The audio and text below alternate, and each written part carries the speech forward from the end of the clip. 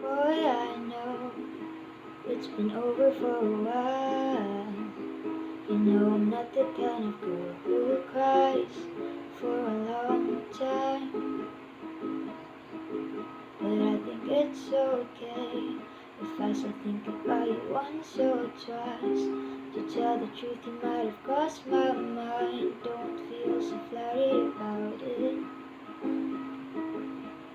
It's funny how you think that you were over somebody, but then you hear about his new girl.